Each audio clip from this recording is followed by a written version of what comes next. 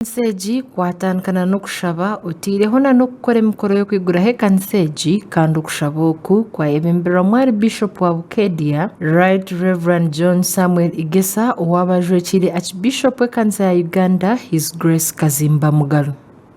Nabwanyuma omwebembezi w'ihanga kandi owabari omugenyi mukuru yahika aha mukoro ogu kandi kweyiguraho ekanseegi. Bishop John Samuel Igesa yashaba abantu boona baine amaramuzo okugakozesa nk'amashomero ag'okushomesezamu abantu ebintu ebirikuyamba amagara gaabo. Ogu yayongyera yashaba abantu okwega kukora emirimo ei bakubaasa kwihamu sente ez'okubareeberera okusinga okuza omu maramuzo okushaba ebitarikubaasika.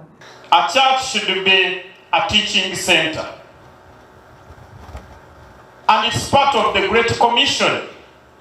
Mugende mu nsi zonna mubuulire enjiri musomese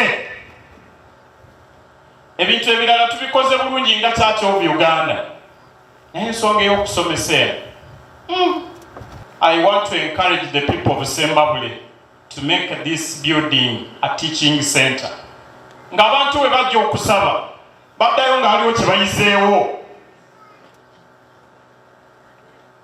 Amanyi omukulu bw'anajja ayinza okujjukira n'abyogera. Waliwo saala eri omwo mu njatula page 30 mu matwale tuleka ebitugwanira okukola ne tukola ebitatugwanira kukola so nga n'obulamu tebuli muffe. Wali omunyishenjera bwa Maogola North Honorable Shatsi Musherure kuteesa omukugamba kwe yasiima omwebembezi w'ihanga ahabw'omurimo gwakolire abanya-Uganda hamwe n'abantu ba Sembabule. Your Excellency, President Yoweri Kaguta Museveni. Ebigambo tebiyinza kumalayo bye tukulowoozaako. Wano kambabuulire ffe tuli baliraanwa ba President. Ayambye ebyalo 5 wano mu Sembabule ate nga wagomba. Ne n'agamba saagala bwavu kumpi nange.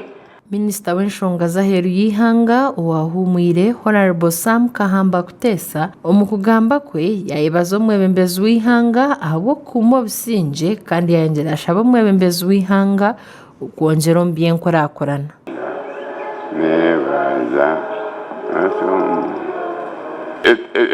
First as a tribute to our parents and their pioneers in spreading the very transformative gospel in our area, but also thank God for sparing my life, as I said. Omukugamba kwe His Excellency General Yoweri Kaguta Museveni Tubuhabura yayibaza abatororo cement ahabw'omurimo gubakozire okureebuka ngu bayambaho Honorable Sam kuteesa okwombekera abantu enju ya Mukama. So I want to really thank the Honorable Sam Kutesa for building this church because of those 3 reasons which he told you. Because it is important for the new people to know. Now, I therefore want to thank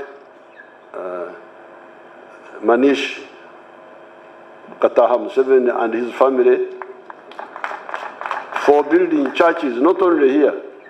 Wanyuma y'omukoro ogu omwebembezi w'ihanga yabwanaho n'abajuzi ba NRM aha kishaayi kya Sembabule kandi aba bamwakira na rukundo mpango. Omwebembezi w'ihanga aho niho yashabira abantu ba Sembabule okwehara okwejumbira omu by'obutegeki by'okwangana. We judge people not by what they say. Tubategerera kuki? God's people appreciate actions. Ekanseegi emazireho sente zirikurenga obuhumbi 2 kandi zoona zitirwemu wabyari omunyishenjera abwishaza rya Maogola Honorable Sam Kahamba kuteesa. Amakuru agagasha kwa Ronald Ngabirano abwa Tayari West.